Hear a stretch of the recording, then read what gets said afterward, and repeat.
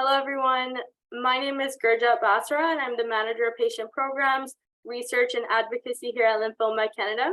I'm pleased to welcome you all to the second session today titled How Novel Therapies Are Approved in Canada. In Canada, there are several regulatory agencies and organizations which review health and scientific data of novel lymphoma therapies. This session will cover the organizations responsible for reviewing and approving lymphoma therapies in Canada, as well as how novel lymphoma therapies are funded and why access to these therapies are dependent upon the province that you live in. Before we begin, like usual, I just want to mention some important information. So this session is being recorded and will become available following the conference, and you will be notified via email. At the end of the presentation, we'll try and leave a few minutes for questions, and you could type them in the Q&A box at the bottom of your screen. So without further ado, today we have here Dr. Pierre Villeneuve, who is an assistant professor at the University of Ottawa, where he is a member of the Ottawa Blood Disease Center and Ottawa Health Research Institute. His clinical focus is with myeloproliferative neoplasms, myelodysplasia, and acute leukemia. He's also a member of the Pan-Canadian Oncology Drug Review and serves the Economic Committee and Hematology Disease Site of the Canadian Clinical Trial Group. So thank you, Dr. Pierre, for joining us today, and I'll hand it over to you. Thank you. Thank you very much for the kind introduction, and thank you for the opportunity to give this talk. So we will. The title of the talk is How Novel Lymphoma Therapies Are Approved in Canada. So the objectives are as follows. So first, we will describe the process of how lymphoma drugs are approved and decisions are made for reimbursement in Canada.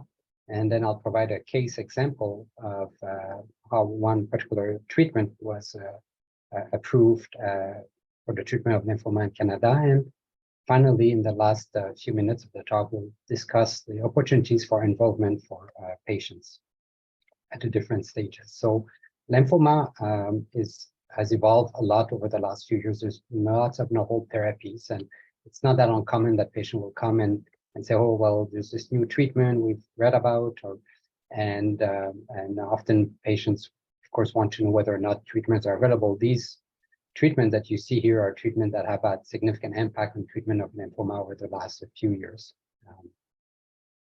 So the question are being asked is whether or not, or why not all drugs that we hear about actually are available. And the second component is how do patients get access to drugs for the treatment of lymphoma.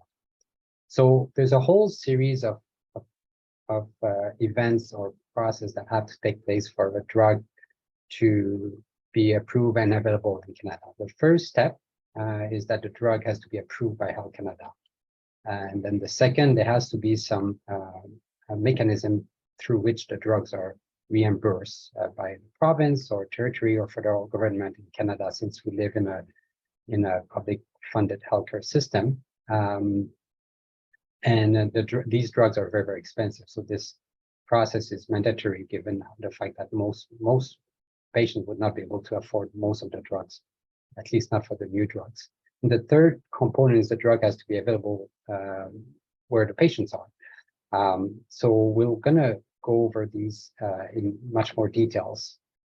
This here is just a diametric representation of the process. Okay, so when you have a new drug, the first thing that has to happen is there is a regulatory process to have the drug approved, and then by Health Canada, and then there's a process of reviewing the evidence and the studies and the guidelines to see the indication and to figure out whether or not the drug should be funded or not. And eventually the payer, which are the provinces or the territories or the federal government in some cases, has to make a funding decision, meaning whether the drug is funded and for whom. So we're gonna, for the next 15 minutes or so, 10-15 minutes, we're gonna go over the 3 steps. And so the first step we talked about was the approval of the drug in Canada. So this is under the responsibility of Health Canada, specifically the Health Canada's Health Product and Food Branch. So the Health Canada's Health product and food branch has the following responsibilities. First, the drug are reviewed for approval. And so the drug company has to submit the drug for approval. So Health Canada will not seek for new drugs. It really has to be the company. So if the company does not seek approval, well, it never will be approved. And so not one thing that is sometimes underappreciated is that sometimes drugs, the drug makers don't seek approval. And there's a number of reasons, typically marketing resource that they may not have to go through the process. The second responsibility of Health Canada in that regard involves regulating the health products or the drugs, and then monitoring the health product. So meaning once the drug has been launched, for the years afterwards, there's always a process of receiving feedback, or let's say for toxicities that may not have been picked up in earlier clinical trials, or interaction, or new findings that may be important from a regulatory point of view. The components of the elements that are taken into consideration when the Health Canada makes an approval for the drugs are first safety. So the drug has to be safe. So what that means is that the side effect profile has to be acceptable. So side effect can be lung problems, kidney problems, heart problems, or infection risk. There has to be no excess mortality. So in other words, if too many patients die from the treatment, that may be a concern and may cause the drug not to be approved. You have to keep in mind that different drugs may have very different thresholds depending on who you treat, which patient population are being targeted. So I'll give you an example. If you have a drug that targets patients who have a very aggressive lymphoma that they don't have any therapeutic options, you're going to be accepting a higher toxicity because these patients have no option, and you have a drug that may improve survival, for instance. But if you're treating, if the submits a drug that improves, is just there for aesthetic reason, the toxicity profile that's going to be tolerated has to be very low. The second component is the effectiveness. So in other words, what are the therapeutic benefit of the drug?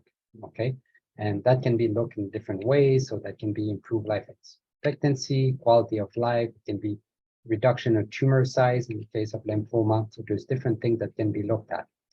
You have to keep in mind that the threshold for effectiveness is very low. So you really just have to demonstrate that there's some effectiveness. It doesn't have to be very effective for the drug to be approved.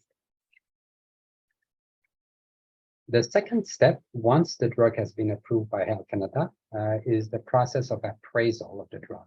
Okay, so basically what that means is assessing the value for money of the drug. In other words, how much benefit do we derive for the amount of money we spend for that drug? Okay, and this process of appraisal is mediated in Canada by two agencies. So for Quebec, the province of Quebec, is the Institut National d'Excellence en Santé et en Services Sociaux, or INES. But for all the other provinces, including their territories, the agency that does that is called the Canadian Agency for Drug and Technologies in Health, and it's also known as CADET. So in the next few slides, I'll go over the process involved in a bit more details for CADET. I won't talk much about INES, but it really is the same principles that apply. So CADET, so the Canadian Drug and Health Technology Agencies, is a Canadian para-governmental organization, and it reviews the evidence to support the use of a cancer drug or lymphoma treatment drug. And based on its review, it will provide funding recommendations to the individual provinces or territories, except for Quebec, because that's mediated by INES. And that once Health Canada has approved the cancer drug or lymphoma drug. So the process is actually pretty complex, but it's very standardized, very streamlined. And the first step is that the submitter, so that means the drug maker has to submit request for the drug to be reviewed by CADET. Okay, so that's after drug approval. So it submits to CADET, and CADET will seek input from relevant stakeholders, and it's very standardized. It will always seek input from the provincial advisory group, so that these are representative of their provinces. And I'll go over what that means a bit later. There's also input that is seeked from the patient advocacy group, and finally from clinicians. So the whole idea there is to have the perspective both of patients, the perspective of the province, who are ultimately the payers in our healthcare system, and clinicians who are experts for the disease. And then based on the input of these three is being taken into consideration by a review team that will also look at all the evidence available. So in that team, there is methodologists, health economists, who essentially crunch the numbers. And then an expert review committee, or PERC, is gonna give a synthesis of all the input to provide a report or an initial recommendation. Okay, this initial recommendation is going to be submitted to all the stakeholders. So the provincial advisory group, again, the patient advocacy group, as well as the clinician and the submitter. So the submitter has an opportunity to provide feedback. And once this feedback has been provided, PERC, the expert review committee, will provide a final recommendation. So now I want to talk about what CADET exactly looked at in their process and how they do that, because I think that's important. So in Canada, so CADET uses a framework. So they have essentially 4 considerations that are taken into account for them to make funding recommendations. They look at the clinical benefit. So we've alluded to what that was, but we'll go in more details a bit later. It takes into consideration patient-based value, takes into consideration economic evaluation and adoption feasibility. Okay, keep in mind that all of these are actually given equal weight. So clinical benefit are as important as patient-based value, for instance. And economic evaluation is as important as patient-based value as well. So in terms of clinical benefit, there's a lot of resources there and attention that is given to try to quantify the extent of the clinical benefit. In other words, what is the health impact of this lymphoma drug? Does it improve survival? Does it make people live longer? Does that improve the quality of life? Or do they end up causing reduction in tumor size or improving disease-free survival? So that means how much time they're alive, and so on, or even how much time they're in remission. So these are markers of clinical benefit that are being assessed, and these health impact will be measured. So you want to know what magnitude. So is it the survival? Is it just 1 month versus 6 months versus 6 years? Very different, and may have different implication or different value depending what type of disease we're talking about, which age are the patients who suffer from that disease. There's going to be we're going to also look at the direction of the impacts, whether it's positive versus negative, and finally the degree of uncertainty. So what that means is that sometimes if you read a clinical trial, they're going to say, well, it improves survival by 3 months, but sometimes the data are very, very good, and the estimate is very, very good. In other words, as close as possible to the reality. But sometimes there's lots of uncertainty. So the clinicians, for instance, don't really know if it's 3 months versus 6 months versus 1 month. So that is the uncertainty. But that's very important to know, because if you want to assess the effectiveness and you think the data are not very good, then that may impact how much value you put in interpreting the data. Okay, so that's the quality of the evidence that is taken into consideration. The second component of the clinical benefit is the safety. Okay, and it makes sense, right? So you have benefits, improve survival, but at what cost from a health perspective?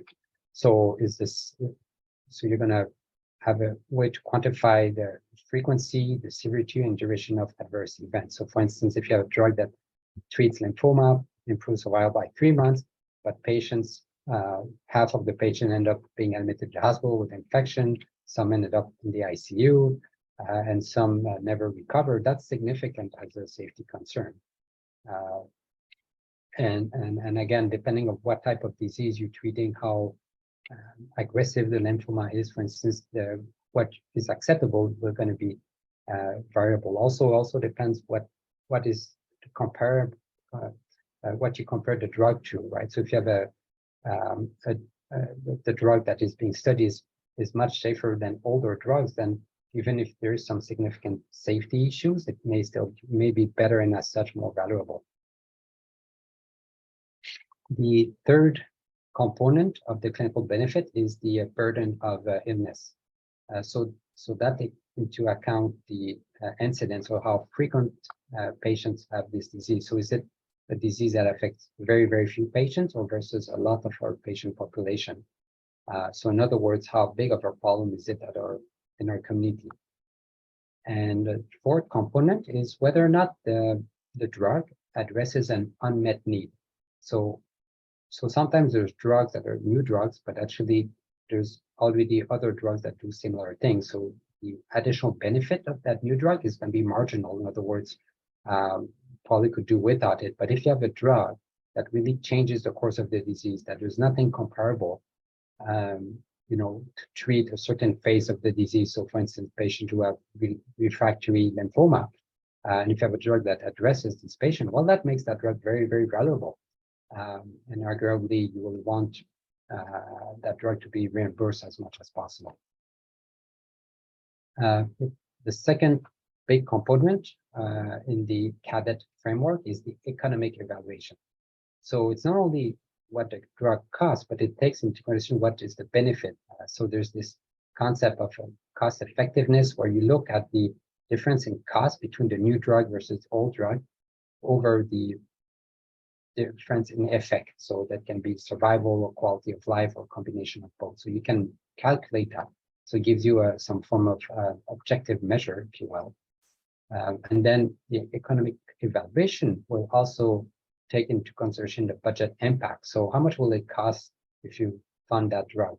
Will it cost $1 million for the province versus 100 million? So some drug will cost hundreds of millions. So it's important to actually know that, so that when the drug is being approved, the provinces have the appropriate budget that is being lined up. So in terms of the third component is the patient value. So it is subjective, so there's no actual framework. So you can't quantify that the same way the clinical or economic benefits are being assessed. So it's self-reported by patients or patient group, and it is not standardized. However, it is very important. And like I said, it is as important as the other component of the framework. So patient will comment on the relative benefit or toxicity of the therapies, whether or not the therapy meets an unmet need, or whether or not there's alternatives. And there's other consideration that patient or patient group may feel important, such as financial. So if the drug is so expensive to them, that may be an additional factor of stress that make that drug less attractive, for instance. The logistic of getting the treatment is also important. So let's say you have a drug that the only way you can get it is through to go to a quaternary hospital, so like a big center affiliated with a medical school, that make the accessibility of that drug less a problem. The other component, for instance, the mode of administration. So if I tell you the drug is a pill, you're going to be much more interested as a patient than if I tell you it's an infusion and you actually need to be admitted for a week just for the treatment. So, and there's of course everything in between, but the point is that patients have an opportunity to weigh on that in light of the clinical benefit. And the fourth and last component of the framework is the adoption feasibility. So in other words, what are the barriers to introduce a new treatment? So you may we talk about, for instance, the mode of administration. So if it's administered, it has to be injected in patients who are admitted. So that's a problem, that's a barrier, because our hospitals are already full. So you're asking for the hospital to admit patients electively for treatment. So it's a barrier. It makes it harder to provide this treatment, especially if there's lots of patients who will receive that drug. Compare, for instance, to a drug that is oral, where there's really no issue in terms of administering the drug to patients. Some drugs require additional testing. So let's say a drug requires, I don't know, serial PET scan or biopsies or molecular fancy testing that are not possible in smaller communities. That's a problem. That means lots of patients will not have access, or they only will have access if you make it possible for them to go to a referral center. So that's a barrier that makes it harder. The provinces will want to know that. So that's the component of adoption feasibility. So that's really from the perspective here of the provinces, because eventually they're going to be paying and they want to know what else needs to be considered other than the clinical benefit, the patient value, and the economic component. Okay. So this is just to highlight the fact that INES use a different, it's a comparable framework. It's not quite the same process, but it is comparable. But it does the same task as, if you will, as CADAT. But just to highlight the fact that the province of Quebec has a different system. So the third step, once the drug, there's a funding recommendation by CADAT or INES, then there's the step of how price are being determined. So in Canada, it's through, there's an agency or additional body called the Patented Medicine Price Review Board, or PMPRB. So it is a judicial body that acts in a regulatory capacity to ensure that patented medicine prices are not excessive. Because if you let it to, drug makers, you may have sometimes to decide set prices, we may have problem reimbursing them. So that is not applicable though to generic drugs. So the PMPRC is really for patented medicine. And then the Pan-Canadian Pharmaceutical Alliance, which is a coalition of drug plan representative, in other words, the provinces and federal government and territories. So the PCP will negotiate eventually with drug company about the actual price of the drug.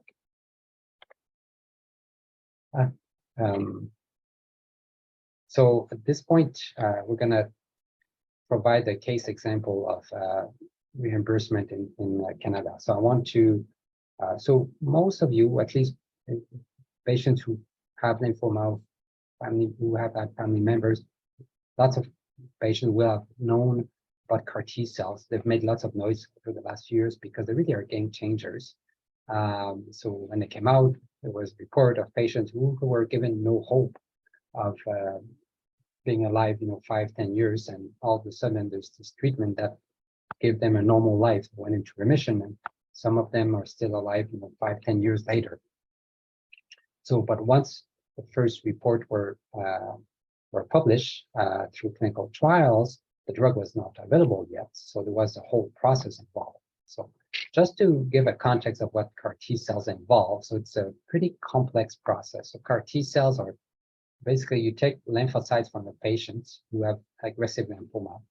You take the cells and then you engineer them in such a way that they have a receptor that can recognize the cancer cells, and then you expand these cells in vitro, that means in a petri dish, and then you give them back to the patient where they end up killing the cancer cells, hopefully. So this whole process is very, very complex, and it's very costly. But the clinical, so there was lots of studies in big impact journals that demonstrated some effectiveness of CAR T cells. So that's just to show you an example of one of the landmark clinical trial. So we have here survival in patients who have very aggressive lymphoma. So these are patients who have relapsed refractory or primary refractory disease. So in other words, they didn't have much therapeutic options. So lots of these patients were still, after 2 years, were alive compared to patients who would not have received the CAR T cells. And this is a graph here looking at progression-free survival, meaning how much the patients are being alive, without evidence of disease. So the impact is quite impressive because it's much better than what the standard of care was.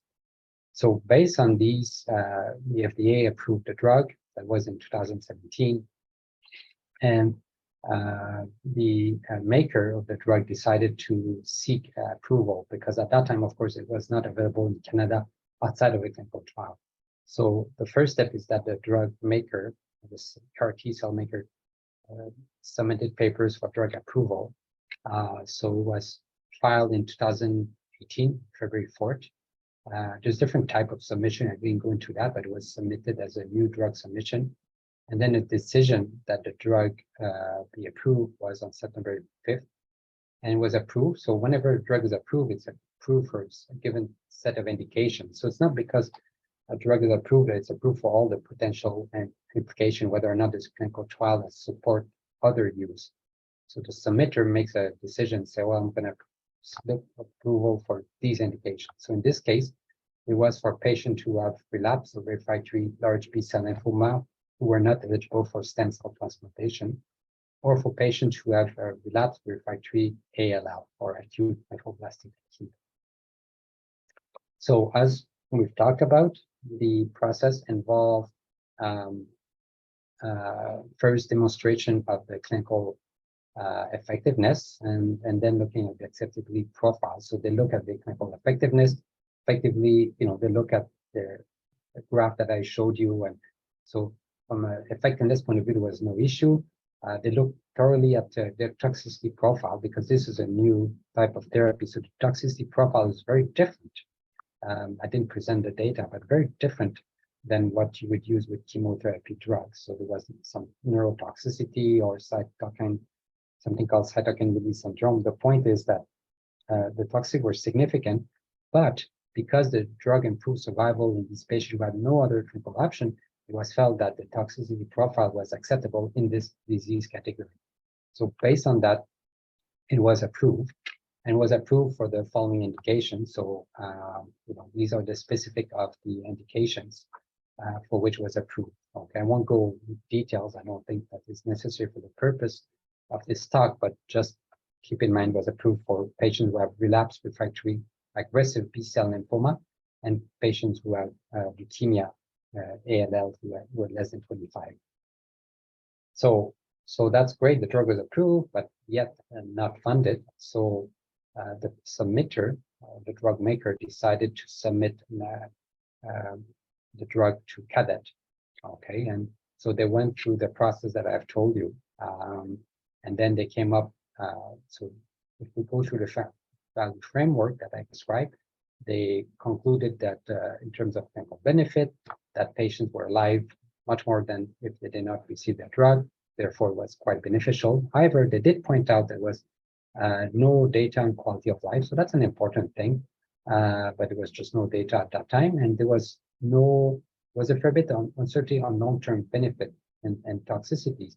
In other words, because the trials were only for 2 years at the time of approval, you couldn't say whether or not these patients at 3 years or 5 years were still alive for one thing, or did not have any significant side effects that were just not known about. So that's something that was highlighted in the report that was submitted by CADET. The second component we talked about was the economic evaluation. So they provided an incremental cost effectiveness ratio, and was $211,000 for large B-cell lymphoma. So that's pretty high number. And the budget impact was quite impressive. So that was just for lymphoma. The budget impact was $387 million.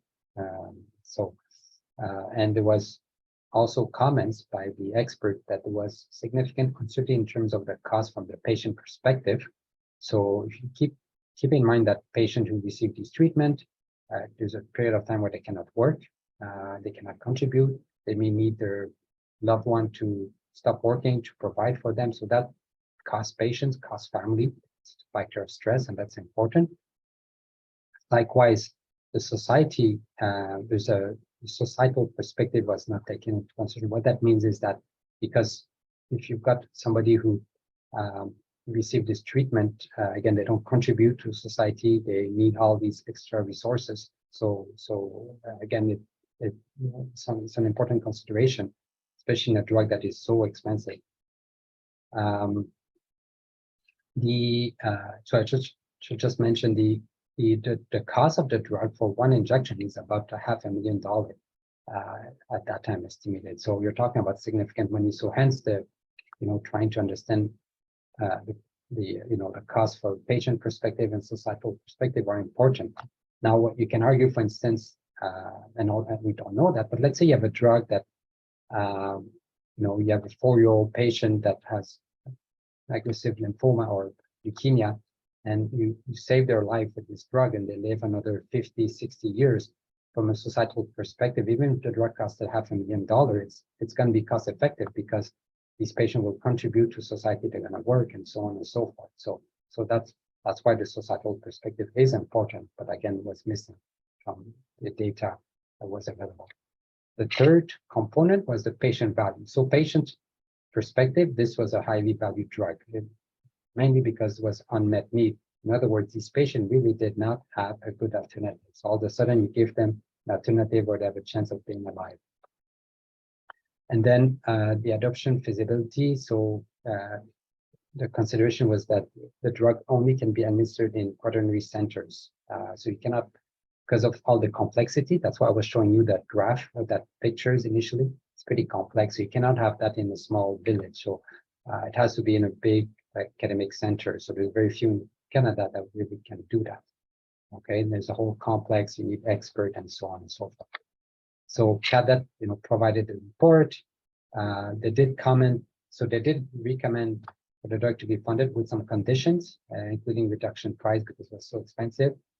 But they also commented that it was a fair bit of uncertainties that needed to be addressed. Okay, that is just to summarize a bit what we talked about for CAR T cells. So the drug was approved in 2017. Sorry, there was clinical trials and approved by the FDA in 17, and then Health Canada was approved in 19, and then January 2020, CADET provided funding recommendation, and then was reimbursed by winter. So that's actually very quick, much quicker than usual. And that's because there was a feeling of urgency given the patient not having alternative treatment. So that's just an overview of the process here.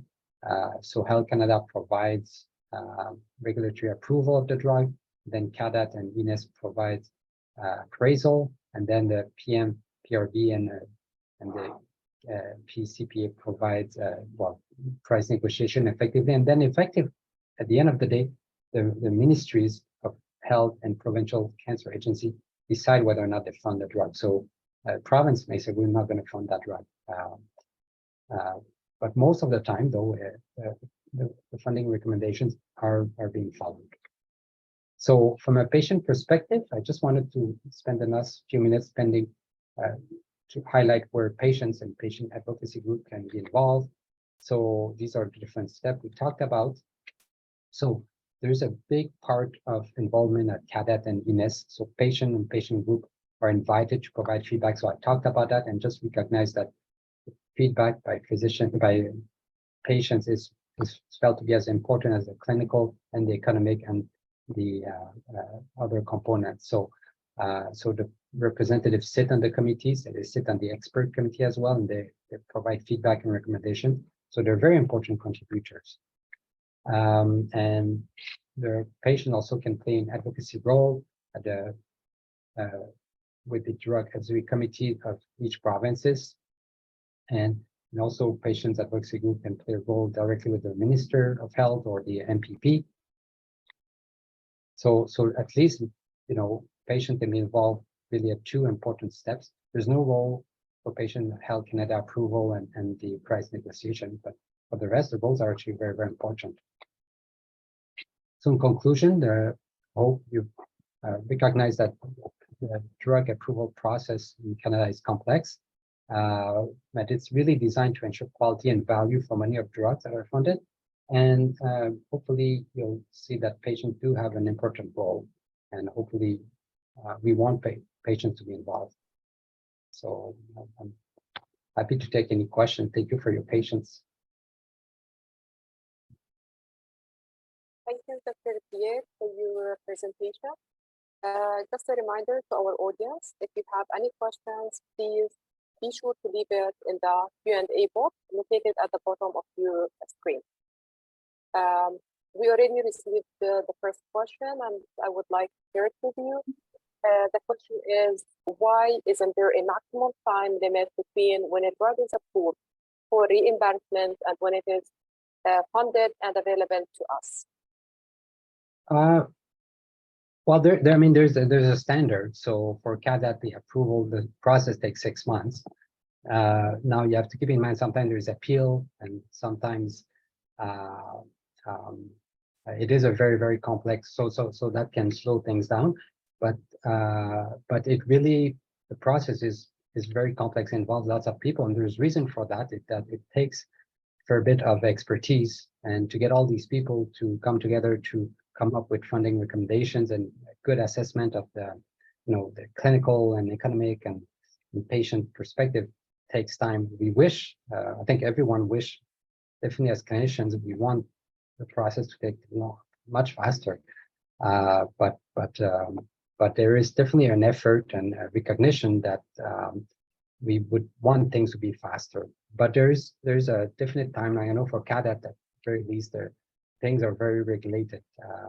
You won't take a year to get a response, but because of its different process with different intentions, one has to wait for the other.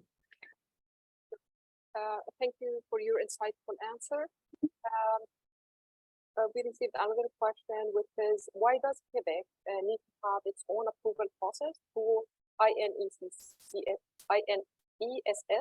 And Yeah. do they sometimes come to a different conclusion from Canada? Does it take longer? I'm not familiar with INES, like I've never worked with them. It's a very good, efficient process. To my knowledge, it's comparable to CADET.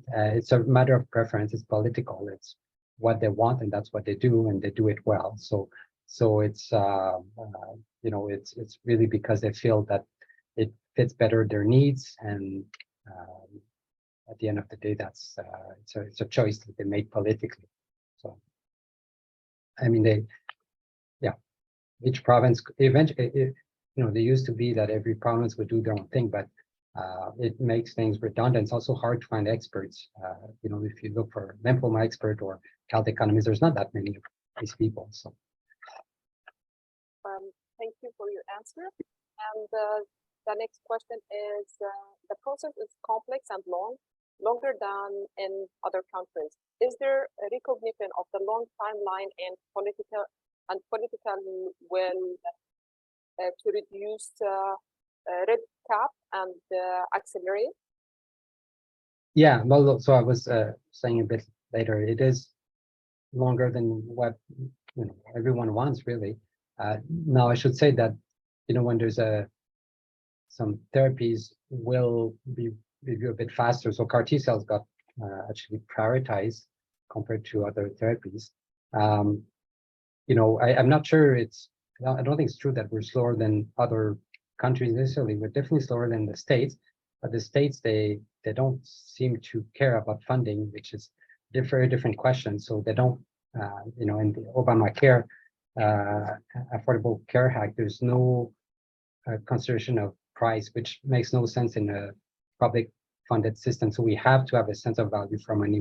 So the only way you can do that is if you do your own assessment, and you cannot just use data from other countries and extrapolate. Like, you really have to look at the Canadian context if you want to be informed the payer in a way that is meaningful and helpful.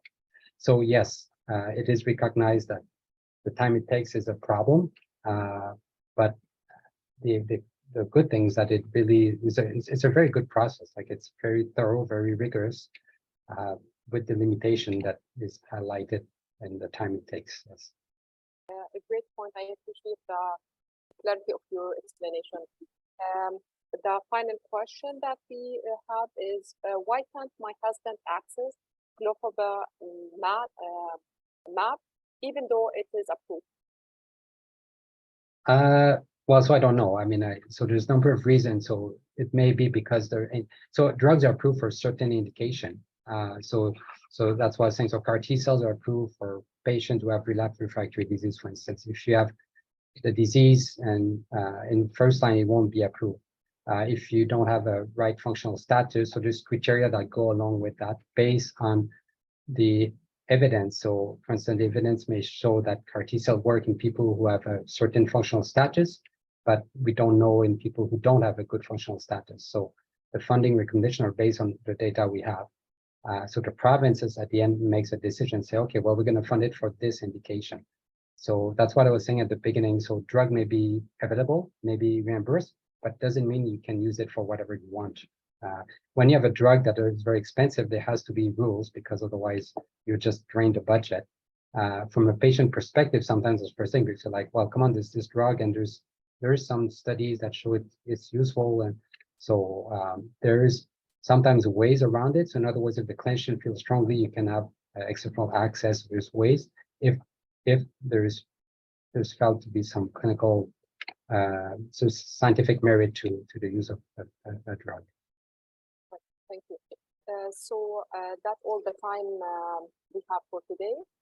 Thank you everyone for joining, and stay tuned for the next session, which will be starting in the next few minutes. Thank you everyone. Thank you very much. Hope that was helpful.